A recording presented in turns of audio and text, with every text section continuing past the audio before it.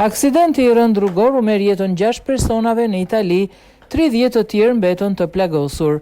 Një aksident i rënd rrugor u regjistrua sot në 2 gusht në rrugën shtetërore 79 Ternana në zonën e Colli sul Velino në provincën e Rietit, pranë kufirit me rajonin e Umbrias. Sipas raportimeve të mediave vendase, në aksident janë përfshirë një autobus, një furgon dhe 3 automjete.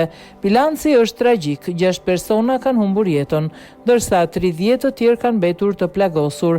3 prej të lënduarve raportohet se gjenden në gjendje të rëndë dhe janë transportuar me urgjencë drejt spitaleve. Aksidenti ka ndodhur në rrugën që lidh qytetet e Rietit dhe Ternit mes kryqëzimeve të Colli sul Velino dhe Piediluco pranë liçenit Ventina në dalje të tunelit Grekjo.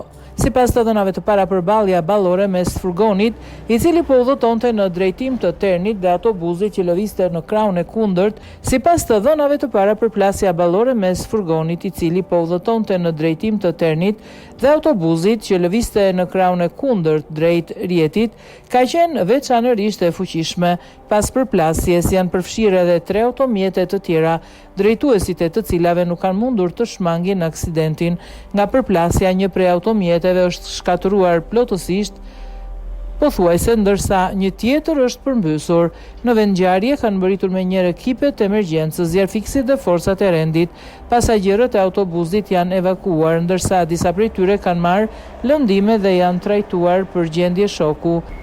Për transportimin e të plagosurve më rënd janë angazhuar edhe helikopter të urgjencës, të cilët i kanë dërguar drejt spitaleve në rajonet e Umbrias dhe Lazios.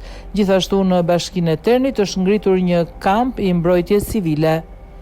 Rruga është mbyllur në të dyja drejtimet për të lehtësuar operacionet e shpëtimit dhe për të garantuar sigurinë. Trafiku është devijuar në kryqëzimet e Colli del Velino dhe Piediluco, duke shkaktuar radhë në pritje të gjata për drejtuesit e automjeteve.